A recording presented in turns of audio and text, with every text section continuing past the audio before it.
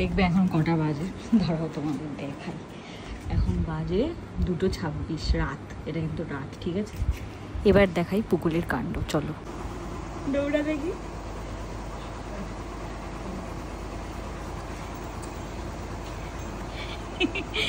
খেলছে ওরির সাথে, এটাও খেলছে, বাবা পুকুলি। দেখো অরি দৌড়াচ্ছে, ও দৌড়াচ্ছে, খুব খেলো খেলো হচ্ছে। হ্যাঁ, কটা বাজে? রাত্রির 2:30টার সময় এত খেলা।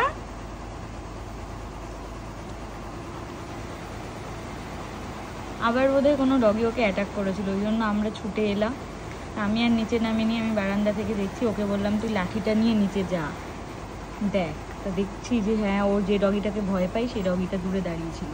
এখন অরিকে দেখে দেহে প্রাণ ফিরে পেয়েছে, এখন আনন্দে লাফালাফি করছে। ও জানে যে অরি গেলে আমার থেকেও বেশি, মানে আমি তো দৌড়াদৌড়িটা করতে পারি না, অতটা করি না। অরি একদম দৌড়ে গিয়ে কুকুরকে ধরে বা যে ওকে অ্যাটাক করছে তাকে ভয় দেখায়। মারি না, যে ওকে অ্যাটাক করে এখনো অব্দি তাকেও মারতে পারিনি, আমরা মারতে পারি না। এই যে ওর পেছন পেছন অরি ঘরে ঢুকছে, ও ঘরে ঢুকে গেল।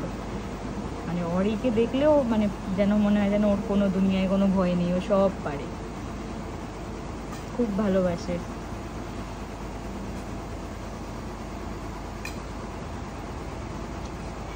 আর এইটা যদি উইনিয়ানি দেখে না, আর উইনিয়ানি পুকুলির নাম শুনলেই একটু জেলাস ফিল করে, বুঝতে পারে যে দাদার ভালোবাসাটা ভাগ হয়ে গেছে। কখনো দাদা এর গায়ে গন্ধ পায়, কখনো আমার গায়ে গন্ধ পায়।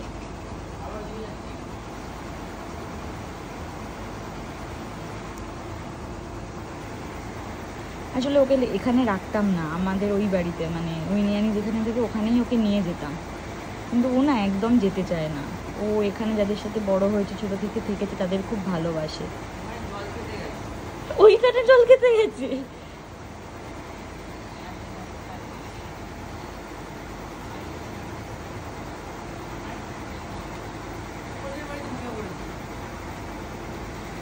পাগল হয়ে গেছে, ডাক দে, ডেকে ঢুকিয়ে দে। পাহারা দেবে কে ওই বাড়িতে? আসো, হ্যাঁ এই বাড়িতে ঢুকে পড়ো।